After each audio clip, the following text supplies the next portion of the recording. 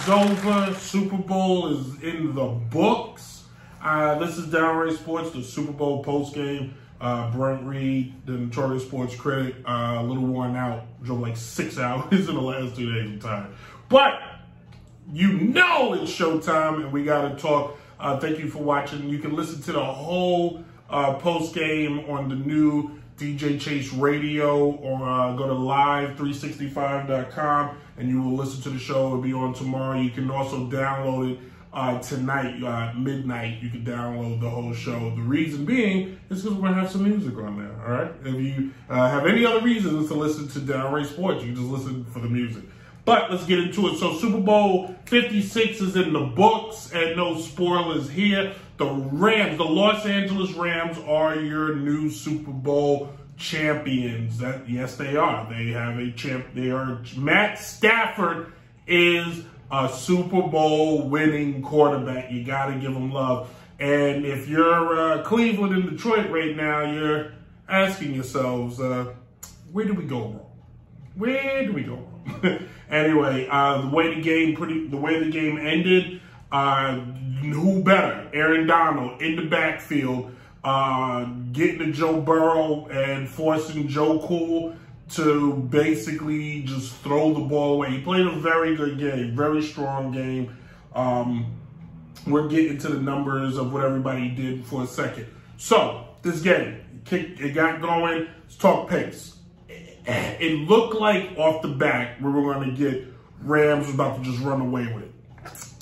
Easily. What the heck? It looked like the Rams were just poised to take this game and just take it to, out the box. We got Stafford hits Odell for a touchdown, and then he turned around and he hits Cooper Kupp for a touchdown, and it's looking like, oh, we see where this is going. Bengals get like a field goal, and we're basically in a situation where it's just going to be easy breezy, lemon squeezy, right? But then, and I wrote it down somewhere. I did write it, did I not? It's on the first page. I got 5 pages. I had 3 pages of notes. The hands are so dry. All right, here we go. So after the first quarter, we were looking at 7-3, and it was looking like Cincinnati. In the beginning, I wrote it down. In the beginning, it looked like the Rams was the pick. The Rams were the veteran team that was getting it done. The Rams were the team. My dog just came and just opened the door. Hold on one second. Chef, move. Go. Go. Chef, go. He has nowhere to go. This is priceless. He just came in. I guess he wanted to be part of the show. I wish I could show you. Anyway, welcome, Chef. Basically, after the first, it was 7-3, and it just looked like, okay, the better team, the older team, the veteran team, the Rams, they're just going to control this whole pace of the game right now. They're just going to take over and keep it going. And then the second quarter came, and Cincinnati's defense woke up. And, sorry, I'm sending a text message. Live shows, nothing like it. You know what I'm saying? Nothing like it. You gotta ask Pets for more. So, anyway, then second quarter, and the Bengals defense just started locking things up, just locking it down completely, taking the game, rushing Stafford, putting all this pressure on him, causing him to just miss plays. And a lot of it had to do with the fact that with about 4 minutes to go, Odell Beckham is down, out. We're not sure what it is, but he is down. Cincinnati, at this moment, had just scored after basically giving it to Mixon, who has been some of the reasons why the Bengals have been winning is because they've been able to establish the run, which we're going to get back to the theme of establishing the run. So you have Mixon throwing a touchdown, the fifth running back to throw a touchdown. But the reason why that was able to happen, when they gave it to Mixon, they thought the Rams thought he was running, forcing one of the defensive backs to basically come off the receiver, thus scoring a touchdown. Then 2-minute mark, Matt Stafford throws an interception, and it was like, what? And he throws it in the end zone where it was supposed to be a touchdown, and it was a strong throw, but Cincinnati saw that one coming, and now it looks like the game is flipping. You see that if you played Madden, that momentum meter was all on Cincinnati, completely on Cincinnati. Now we go in, basically, when they come out of the half, you look at it again, and I was actually, so let me do the, so halftime show ends, which I'm going to talk about in a second. Halftime show ends, and I go do some things, because I love the Super Bowl for commercials. That's what I primarily watch it for. I am the guy who wants to watch for commercials. Give me all the commercials. Didn't like the commercials this year. They were terrible. Worst commercials I've ever seen. But, I'm actually taking clothes out the dryer, and as I come in, my stenographer, my lovely girlfriend, Allie, says, I texted you what just happened. And there was a touchdown to Higgins for 75 yards. He burned Jalen. And she's like, her doing this is fantastic because she watches zero football. Like, I'm watching the Super Bowl with her sitting there, and she's definitely on Instagram and TikTok. But this is fantastic. So while I'm getting laundry, I missed probably the most spectacular pass of all game, which looked like it should have been an offensive face mask when I saw the highlights. But basically, 75-yard touchdown from Joe. They take the lead. And basically, there was a little face mask grab on there. Yeah, thanks, Allie. The official on the field, on the couch correspondent of Downright Sports. Any case, so now the Bengals are controlling this game the entire time, all right? And something seemed to happen where their offense either got comfortable or it just wasn't clicking the same anymore. They just didn't have that same spark. Like, he was getting, like, there's a moment in the game, I want to say in the fourth quarter, it looked like they started to hit them in the mouth a little bit. There was a moment in the fourth, you could kind of see, around the 8-minute mark, the Bengals started doing some running, what did I write down? Yeah, some running guns, excuse me. What the heck did I write down? They did some running guns, they was running it, they were hitting some short yards, it was picking up key first downs, but there's a play in the game. There's a play in the game where there's a scruffle around the end of the third, around the third. The flip after 2 touchdowns. I'm sorry, reading the notes. Matt gets a knee injury. No, that's not it. So there was a little bit where Aaron Donald got into it, and it looked like it woke him up. It woke the beast up. And next thing you know, sack after sack, defensive pressure. It looked like the Rams remember who they were, and they just bought all the defensive pressure they can find. They basically closed Joe's box. And a guy who's got good wheels and can run, but they took it away from him because they blew up that middle. If you paid attention, they just rushed, bop, and just came in there. If I remember correctly, now the MVP, this looks like it's been announced just like, unless I miss it. Whoever's watching on Facebook Live, if you see it, tell me, write it in. But it looks like defensively, you got, did Donald have 2 sacks? Yes. Aaron Donald picked up 2 critical sacks. Von Miller, 2 critical sacks. That tandem, if they play another 2 years together, that's going to be a wrecking crew. If I'm the Rams right now, I'm like, fellas, just give me 1 more year, because they can run it back 1 more year. So you just see the Rams defense pick it up. Now, the whole time I'm watching, I'm not uber impressed. Like, the pace of the game to me was fine. It was okay. It was an okay game, but I compared it to a Thursday night football game versus a Super Bowl game. You just didn't feel, to me, you didn't feel the importance. And some of that has to do with these are new characters on this 56-time championship television show we all get together Sundays and watch in February. You have guys like Matt Stafford and you got Joe Burrow. You can't dislike either. It's not in the past where you got Tom Brady and you just despise him or somebody else. Like, you're rooting for either team, quite frankly. You're rooting more for Cincinnati, but you're really rooting for either team. What you're hoping for is a good game. And they did their job. The commissioner got no tie on. Okay, new look. But you're hoping just for a good, exciting game. And it was exciting enough. But it was, to even say it was like a defensive, superb game, I think is an overstatement. I just think you had two teams that were super nervous, two teams that had rough playoff trips to get here. Like, if the Rams would have played a team that didn't have to basically come back and win each game, I don't know if watching the Rams right now as Super Bowl champions. They probably got beaten by a different team just based on what you saw. Like there wasn't a moment in the game where Matt Stafford just started dicing and slicing. There wasn't a moment in the game where Joe Burrow just started dicing and slicing. They had a pretty subpar game. Stafford, 24 for 40. I mean, he was letting that thing go. They just gave up on running the ball. To give you an idea how many times they rushed the ball, Akers touched the ball 13 times, 21 yards.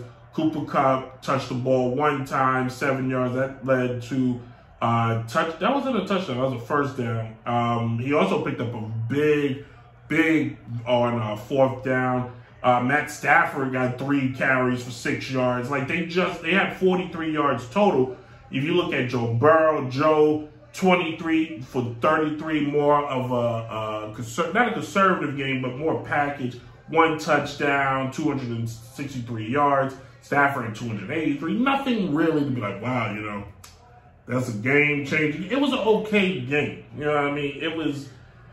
I think Rams losing Odell Beckham changed everything for them. It took away that cross the middle or that safety blanket, because now without Beckham, we're just going to sit back and we'll just watch Cooper, who's still balled out, by the way. Cooper's still 92 yards, 2 touchdowns. The biggest touchdown came at the end of the game where he really caught 2 touchdowns at the end of the game. One of them just ended on a double penalty where there was offensive holding and then a defensive personal foul. So they got to, what I wrote down was take 2. It's in Hollywood, so take 2, and they end up throwing the touchdown. And it looks like Cooper Kupp, is he the MVP? Did they give Cooper the MVP? I think they gave Cooper the MVP. I would like to have seen Matt get it. He did throw 3 touchdowns. He did throw 2 interceptions, but Cooper had the bigger plays in the game. He made up the bigger plays. Yeah, he made MVP. Good for Cooper Kupp. He had a great year. Yeah, one of my favorite ones. Everybody in fantasy next year will be drooling to get this man. If you think not, him and Chase, Jamal Chase, if they're not your first 2 draft picks next to Patrick Mahomes, you probably won't win your league, honestly. So, yeah, that's how that went. So, where did things change? Things changed when we saw the Rams' stellar veteran defense show up, blow up the spot, sack Joe Burrow 7 times. And the whole game going into literally late into the 30, he was only touched once. And then the Rams just woke up and was like, we're going to eat him for dinner. It is 5 o'clock out here. Let's just take care of business. And they did just that. And you're watching, and we're going to come back to the future of Joe Burrow, the future, what we're going to see going forward. But you really got to be impressed. T. Higgins, over 100 yards as a wide receiver in the game. 4 touches, 100 yards. Jamar Chase, 5 catches, 89 yards. They had big offensive moments, and you can see the makings of a strong core. In the NFL with salary caps, it makes things very different. But you can really see going forward, you need to be scared if you are the Steelers, if you're the Ravens, if you're Cleveland. That division is not wide open anymore.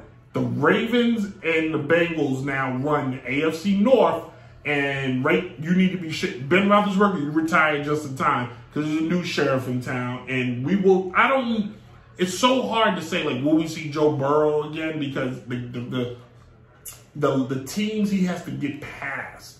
He has to get past the Ravens. He has to get past the Bills. He has to now get past New England. He has to get past the Chiefs. You know what I mean? The Titans, we'll see where they fall into that. We'll see where, I mean, nobody else really is going to just emerge. Those are the teams that are going to run the AFC going forward. The new crop. You got New England 2.0, the Bills, Ravens, Chiefs, and now those Cincinnati in there. If you hear Lady Gaga playing in the background, it's because my door is open, because my dog opened the door. But that you'll have those teams that's just going to run the gauntlet. So we will see Joe Burrow in the Super Bowl one more time. Maybe not next year, but don't for 1 second think, oh yeah, this is it. I don't see him being a Dan Marino. I see him more or less playing out as a guy that cool. Like you saw when the game was over. You saw the game. You saw him walk off. He's walking off angry. Like this is in the back of his mind. He wants, I got to get back here. I want that back. I need that. As far as the Rams is concerned, they got their Super Bowl. Matt Stafford could retire if he wanted to. He probably won't because he still got something to give. I don't know how much more elite level Matt Stafford, because this year he threw 17 interceptions. The guy's an interception machine. He's a fine quarterback. He's the quarterback that the team needed. He's the veteran that the team needed. He's better than whoever that other guy is that's now in Detroit. But Jared Goff, I know his name.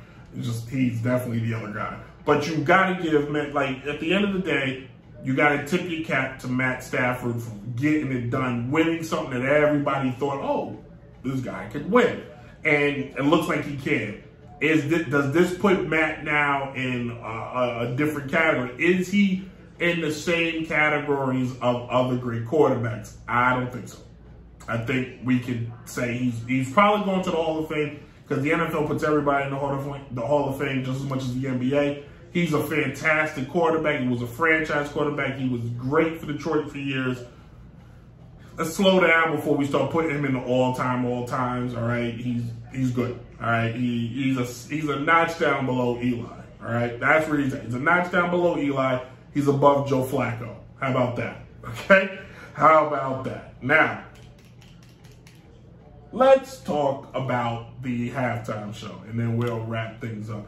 So the Super Bowl halftime show this year was star-studded, hip-hop across the board. Dr. Dre, Snoop Dogg, Eminem, Mary J. Blige, and Kendrick Lamar was a special guest, like it was the Royal Rumble, and we were 5, 4, 3, 2, 1, and the surprise entry was 50 Cent. Like, oh my God, it's 50 Cent, he's coming in. 50 came down, reminiscent of the In the Club music video. I'm impressed that he's hanging upside down. I was shocked how big 50 got. So, you know, old man 50, you can't hide money, you know what I'm saying? But it was like, I saw all over Facebook, and everybody's like, it was the greatest halftime show ever. I'm like, let's calm down, all right? I went in with higher expectations than what I saw. I was expecting a little bit more. They played, I was like, Al and me was sitting on the couch and we joked. And I was like, they definitely playing the safer commercial hit songs. And she said, yeah, they don't have much of a choice. Can't really go into the catalog on this one too much. Or they gonna play It's All About You, you know, everywhere, you know, or Snoop gonna play. I thought Snoop should have came out to What's My Name. I thought Dre definitely should have played Let It Ride. Like, they played nothing from the first album. Everything was from Chronic 2.0, 2001. Eminem gave us Lose Yourself. I mean, that's one of his biggest hits. It's not his biggest hit, but come on, Lose Yourself? I would even take it I'm Not Afraid. I can't stand that song. Like, I needed something else. I needed Guilty Conscience or something. I don't know if they're going to play it. Honestly, I'm not sure what they could have played. Mary J was the cleanest one. 50 did In the Club, which is fine. He can't do Heat. That's what I would want him to perform. And Kendrick, it was fine. It was fine. It wasn't. Listen, Prince is the threshold. If you haven't seen Prince's, go back on YouTube and watch it. In fact, go to Downright Sports on YouTube, and it's in my playlist. It's the top 10 Super Bowls performances before tonight. So go back and watch. Prince is definitely number one. Bruno has got to be top. You know, Bruno's got to be in the twos.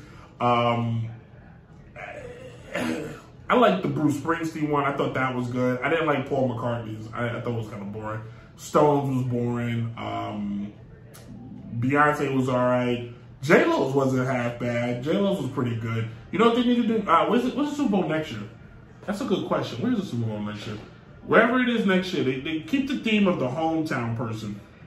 That's what I want to see. Keep the theme of the hometown person. That'll be pretty dope. You know what I mean? Where's the Super Bowl next year?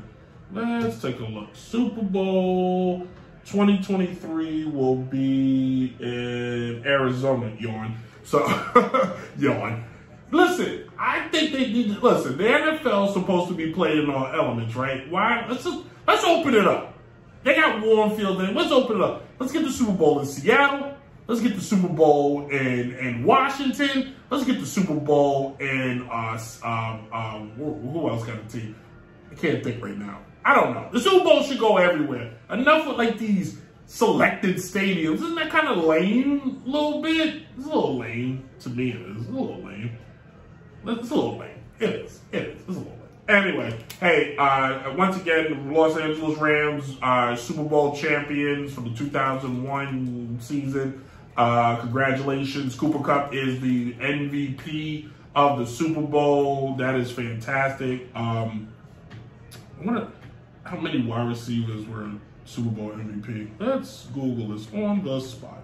I don't have intern, so I have to do all my work on the spot.